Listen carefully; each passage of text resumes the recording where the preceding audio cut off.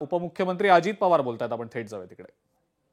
अरे होय ना बाबा, पहिल्यांदा जो कागदच होण्याचं कारण आहे ज्याच्यात 1 रुपया पण दिला गेलेला नाही, 1 रुपया पण दिला गेलेला नाही आणि तो कागद होऊ शकत नाही, अशा या सगळ्या गोष्टी आहेत. तरी तो कागद केला गेलाय आणि तो आता केला गेलाय तर तो ग्राह्य धरला तर तो रद्द करण्यात आलाय. अशा त्या सगळ्या कॉम्प्लिकेटेड झालेले. आता हे झाल्यानंतर कुठल्या विभागांनी काय कळवायचं ते कळवलेलं आहे. आता त्याच्या संदर्भामध्ये हा पण एक चौकशीचा भाग आहे. कदाचित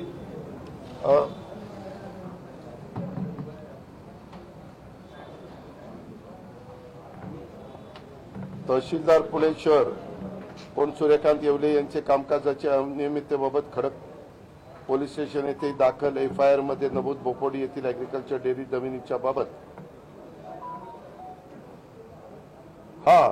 तिथं आमच्यातलं तर कुणाचा संबंध नव्हता, परंतु काही मीडिया चॅनल्सनी त्याच्यामध्ये आमच्याही कुटुंबाचा तिथं उल्लेख केला, चुकीची बातमी ती चालवली.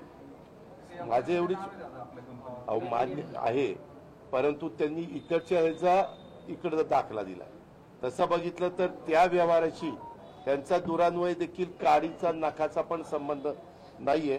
माझी एवढीच विनंती आहे, जे खरं असेल ते दाखवा, परंतु जे खरं नसेल त्याच्यात बदनामी करू नका. या प्रकरणानंतर सरकारी जमिनींवरती इतर हक्कांमध्ये नावं चढवायच्या आणि मग त्याच्या पॉवर ऑफ अटर्नी करून घ्यायच्या, त्याच्या खरेदी करायच्या, अशा बऱ्याच तक्रारी ज्या आहेत त्या येत आहेत. या तेजवानींचे जे नाव येत आहे त्यांनी पण असं खूप प्रकरण केल्याचं आता समोर येतं. यामध्ये आम्हाला अशी माहिती मिळाली की हे प्रकरण त्यांनी 2005 का 6लाच पॉवर ऑफ अटर्नी घेतली, म्हणजे 19 वर्षापूर्वी का 5 CR म्हणजे करोडला घेतली. अशा या सगळ्या गोष्टी आहेत. पण आता चौकशी केल्यानंतर त्याच्यातली काय वस्तुस्थिती, कारण जे चौकशीमध्ये अधिकारी नेमले ते अतिशय स्वच्छ प्रतिमेचे आणि प्रशासनामध्ये चांगली इमेज असणारी आहेत. त्याच्यामुळे त्याबद्दल आता आपल्याला महिनाभर थोडस त्या ऐका ना, ते मला आता माझी ती नोट नाहीये, नाही तर मी तुम्हाला दाखवलं असतं.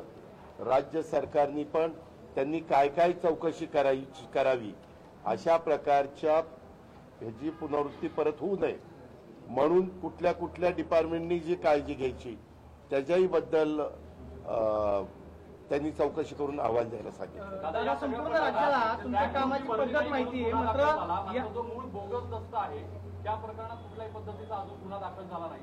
अर्थात जिल्हाधिकाऱ्यांनी तसं स्वतःहून त्यांची चौकशी समिती नेमली. बोगस दस्ताच्या संदर्भात ऐका ना, त्याच्यामध्ये आता चौकशी नेमलेली आहे. आता जो रेव्हेन्यू डिपार्टमेंटचा बॉस आहे प्रशासनामधला तेच प्रमुख आहे. त्यांच्या खूप अंडर खाली जिल्हाधिकारी येतात, खूप खाली, म्हणजे अशा सगळ्या गोष्टी आहेत. त्याच्यामुळे आता त्या संदर्भात ह्याची सगळीच माहिती इत्थंभूत CM साहेबांनी पण ह्याच्यामध्ये अतिशय कडक भूमिका घेतलेली आहे. दादा, तुमच्या कामाची पद्धत सगळ्यांना माहिती आहे. काल तुम्ही पत्रकार परिषदेमध्ये येऊन तुमची भूमिका मांडली. प्रश्न विचारला तेव्हा थेट उत्तर दिलं नाही.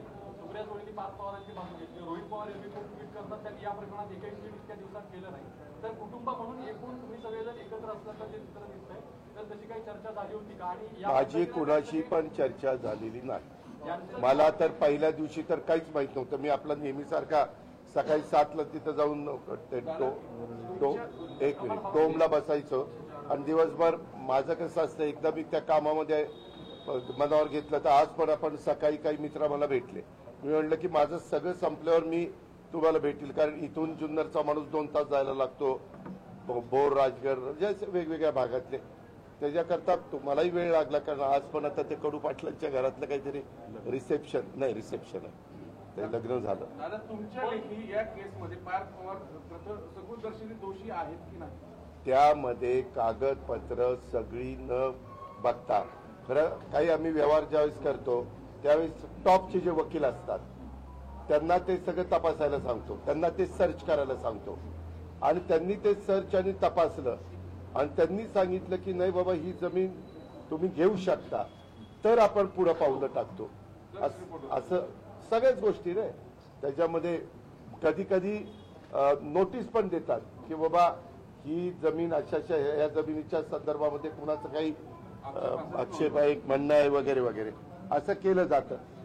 तशा कुठल्याच गोष्टी इथं केल्या गेल्या नाही आणि मला हा व्यवहार झालेला माहिती नव्हता, नाही तर मीच सांगितलं असतं की असलं करू नका.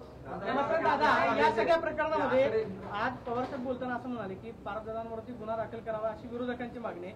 पवारसाहेब म्हणाले की राज्याचे गृहमंत्री सांगू शकतील, मुख्यमंत्री असं म्हणाले की हे प्रकरण गंभीर आहे, तर मग पार्थ पवारांवरती गुन्हा का दाखल नाही याचं उत्तर गृहमंत्री देतील. मात्र या सगळ्या प्रकरणामधून तुम्हाला अडकवण्याचा किंवा राजकीय दबाव तुमच्यावरती टाकण्याचा प्रयत्न केला जातो असं वाटतं? असं काही मला वाटत नाही. मी त्याच्याबद्दल चंद्रशेखर बावनकुळे यांचं स्टेटमेंट बघितलं.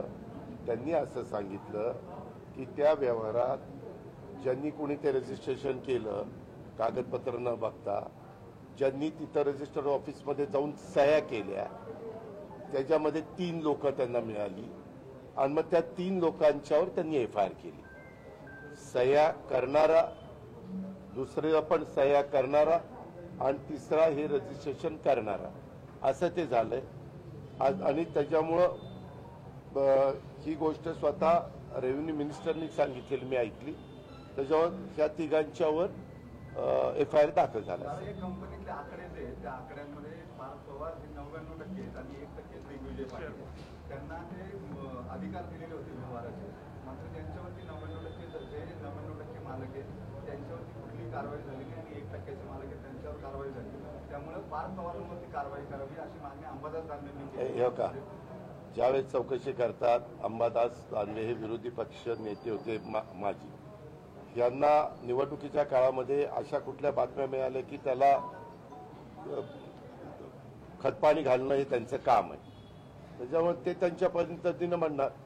शेवटी सरकारचे प्रमुख आणि प्रशासन हे कायद्याच्या नियमाच्या चौकटीमध्ये पुढे जातं. उद्याच्याला चौकशी झाल्यानंतर दूध का दूध पाणी का पाणी पुढे होईल ना. इव्हन एकनाथराव शिंदेंनी पण तेच सांगितलंय किंवा त्यांना विचारलं तुमच्यासारख्या पत्रकार मित्रांनी, एकदा चौकशी होऊ द्या आणि चांगली टीम लावलेली आणि कुठेही सरकारने त्याच्यामध्ये FIR करायला दिरंगाई लावली. तुम्ही बघा सगळ्या गोष्टी तातडीनं त्याच्यामध्ये केलेल्या आहेत. काल मुख्यमंत्री म्हणाले की व्यवहार रद्द झाल्याची माहिती तुम्हाला दिली गेली, पण प्रत्यक्षात व्यवहार रद्द झालेलाच नाही असं मतदान शुल्क कार्यालयाने सांगितलं. मला काल तशी बातमी कळली गेली म्हणून मी तुम्हाला सांगितलं. तिथं जाऊन त्यांनी सह्या केल्या म्हणून कळलं. आता ते कळल्यावर मी सांगितलं. आता त्याच्यामध्ये काय झालं पुढं काय नाही झालं, आज सुट्टी आहे, उद्या सुट्टी आहे आणि आता चौकशी होणार आहे. त्याच्यावर चौकशी करणारी समिती महत्वाची आहे, ती आता याच्यात बारकाईने चौकशी करेल. आता यातल्या दोन्ही गुन्ह्यांमधला गंभीर विषय हा आहे की या दोन्ही या सरकारच्या मालकीच्या जमिनी आहेत. उतार्यावरती सरकारचा कब्जे हक्क आहे, बोकडीच्या जमिनी आणि अजूनपर्यंत तो व्यवहार झाला त्यांना तो जमिनीत हे पण मिळालं नाही, पोझिशन पण मिळालं नाही आणि त्यांना तिथं जाताही आलेलं नाही. पोझिशनचा प्रयत्न झाला होता माझ्या माहितीत मे मध्ये. पोझिशन झालंय का? नाही, पण प्रयत्न झाला होता. प्रयत्न झाला होता. प्रयत्नांती परमेश्वर. मला ते आज पोझिशन नाही एवढंच मला माहिती. तर उपमुख्यमंत्री अजित पवार हे माध्यमांशी बोलत होते आणि कागदपत्र नसताना नोंदणी कशी झाली, माझी कुणाशीही चर्चा या सगळ्या प्रकरणामध्ये झालेली नव्हती. मला या व्यवहाराबद्दल बिलकुल काहीही माहिती नव्हतं. जर माहिती असतं तर मीच हा व्यवहार करू नका असं त्यांना सांगितलं असतं, असंही अजित पवार यावेळेला म्हणाले. आणि मुख्यमंत्र्यांनी या सगळ्या प्रकरणासंदर्भातली कडक कारवाई करण्याची भूमिका सातत्यानं बोलून दाखवलेली आहे. त्यामुळं चौकशी होईल, चौकशी अंती सत्य निश्चितपणे बाहेर येईल असं उपमुख्यमंत्री अजित पवार म्हणतात.